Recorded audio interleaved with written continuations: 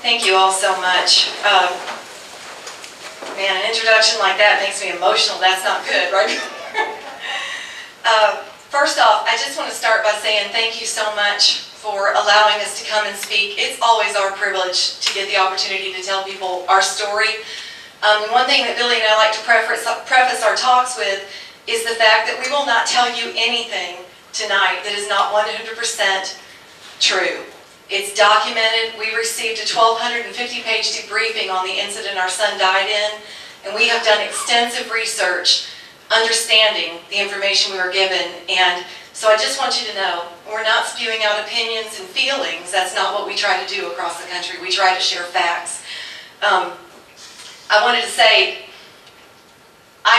you guys are my kind of people. I love it.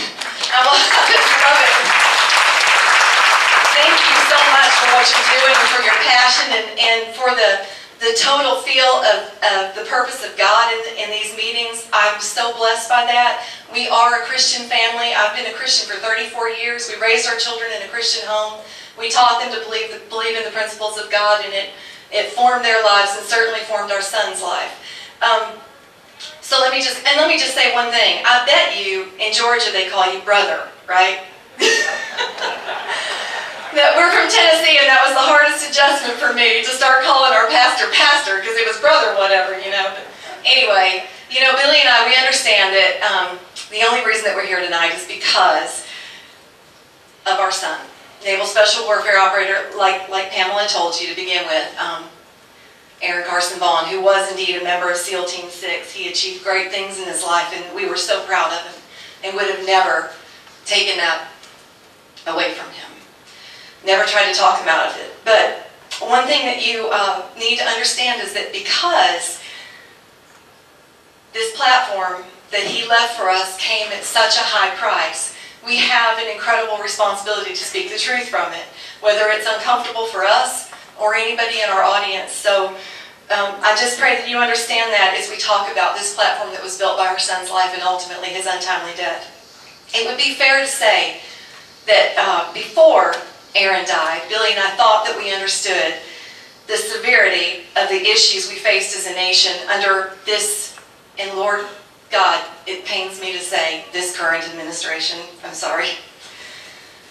I thought I'd be done saying that after November. But after his death, we began searching for answers, and as we searched, we became tragically aware that perhaps the cruelest, most deceitful acts of this administration have been perpetrated against those who are sacrificing their lives for it. We found out that on the night, our son and 29 other brave Americans, which let me just say this real quick. Usually we have a little video to kind of remind people of the event, but how many of you remember August 6th of 2011 when the Chinook chopper crashed and 30 American soldiers died on it? This is the incident we're speaking about. We found out that on that night that our son and those other 29 brave Americans were shot out of the sky in what would become known as the single largest loss of life in the now 11 years of war, and the single largest one-day loss of life in the history of Naval Special Warfare. We found out that they were on a mission to capture a very high-value Taliban target, which, let me just say real quickly, the Taliban is our enemy.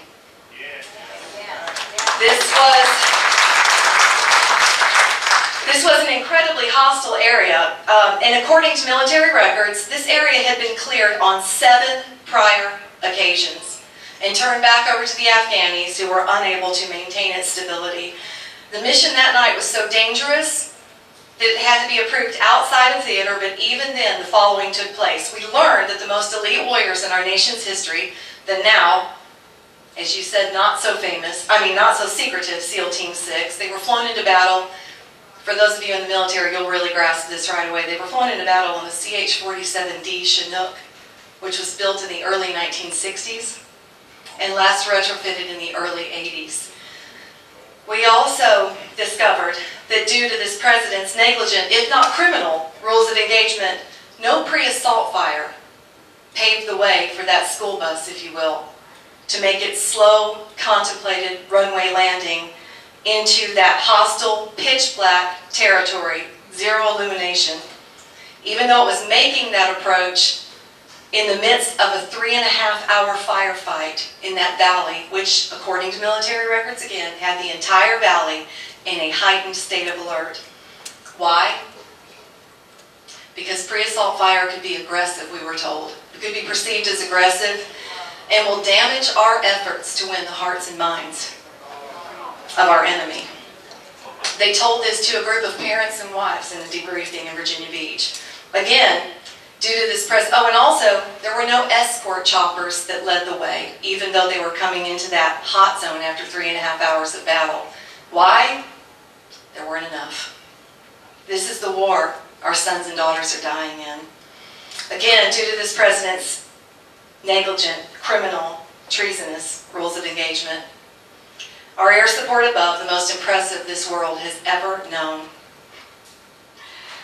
could not return fire that night on the men who shot our 30 Americans out of the sky because they could not be certain that there were no friendlies inside the building that the men launched the RPGs from.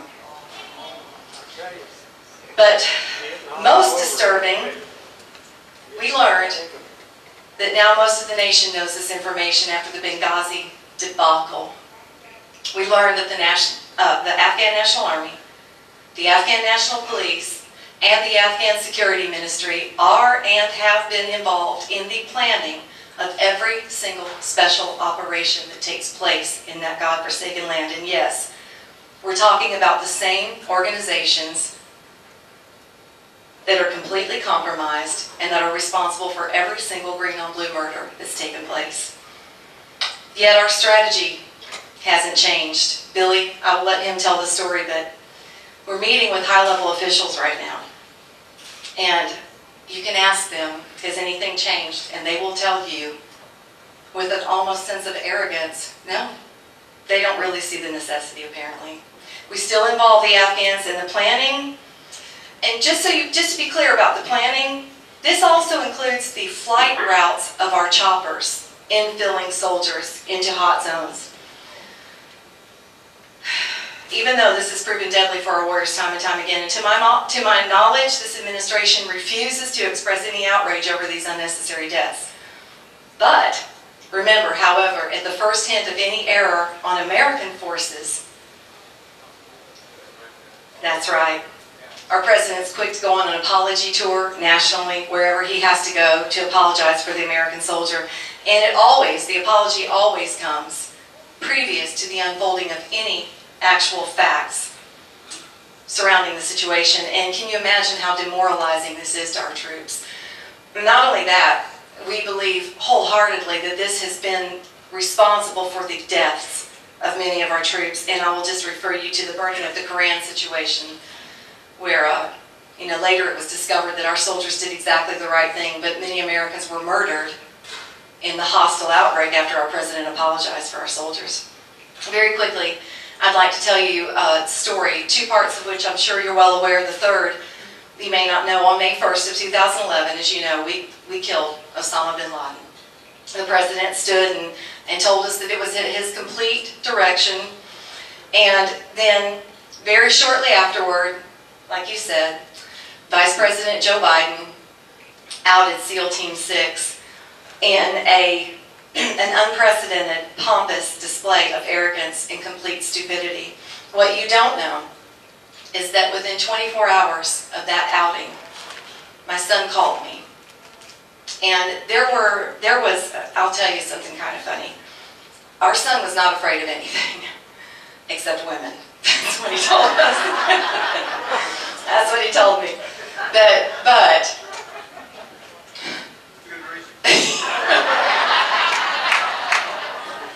he'd had his heart broken a couple times, but he found true love before he died. That's the blessing at the end of the story. But he called, and he was very disturbed. And his tone was extremely serious and full of what I would call fear. And he said, "Mom, you need to wipe your social media clean. You need to get every reference of me or any of my buddies off of your Facebook pages or anything else that you've got open." And I was terrified immediately because of his tone. I said, "Son, what's going on, Aaron?" And he said, "Mom, there's a lot of chatter. And all of our lives are in danger, including yours. There's chatter about me on Al-Qaeda networks. How does that make you feel as an American citizen? But let me just say this, 93 days later, Aaron was dead,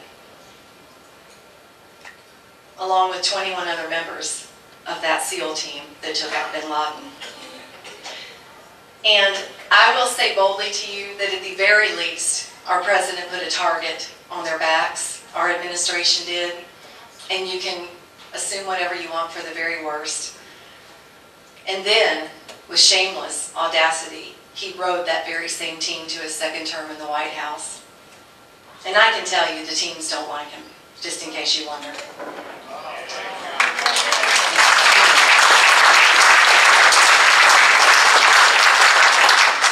My son and the other men of Extortion 17, they spent every part of themselves. They gave up so much of the life that the rest of us just live normally without any thought about what's going on in our day-to-day life. They persevered through unimaginable odds to earn the right to step onto that helicopter on August 6th of 2011.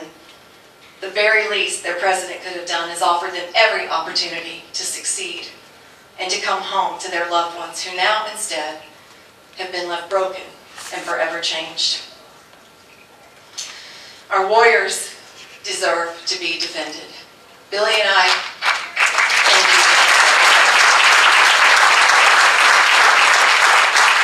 They deserve the right to fight for their lives with rules of engagement which favor them instead of their enemy.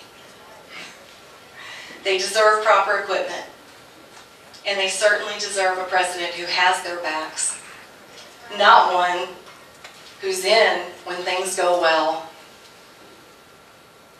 but then deserts them with apologies to their very enemy when something goes wrong.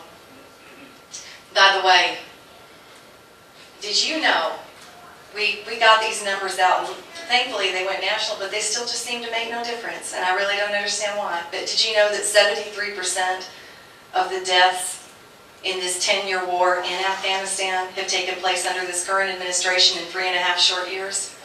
73% of the deaths, but more staggering than that are the wounded in action. In 7 years, under George Bush's policies, 2,696 American soldiers were wounded in action.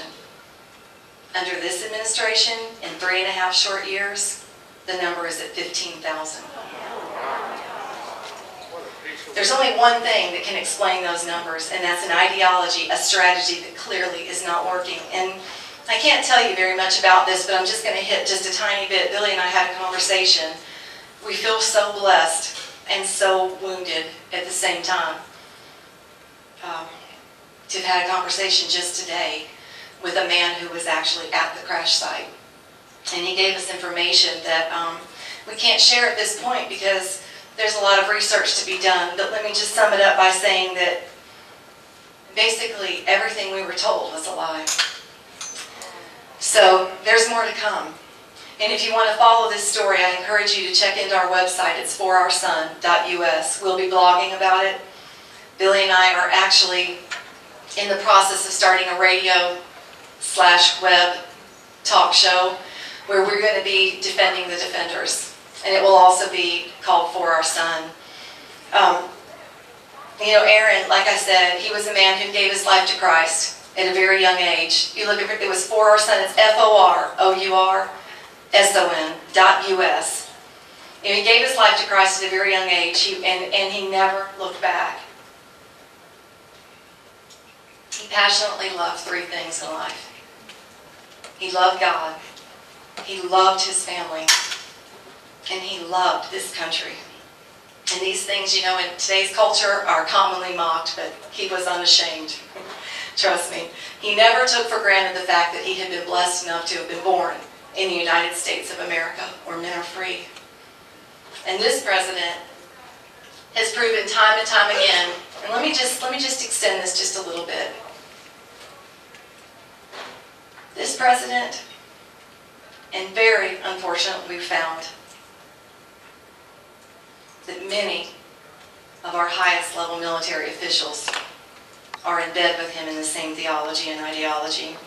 and care very little about the men on the ground. They don't believe in the America that my son died for.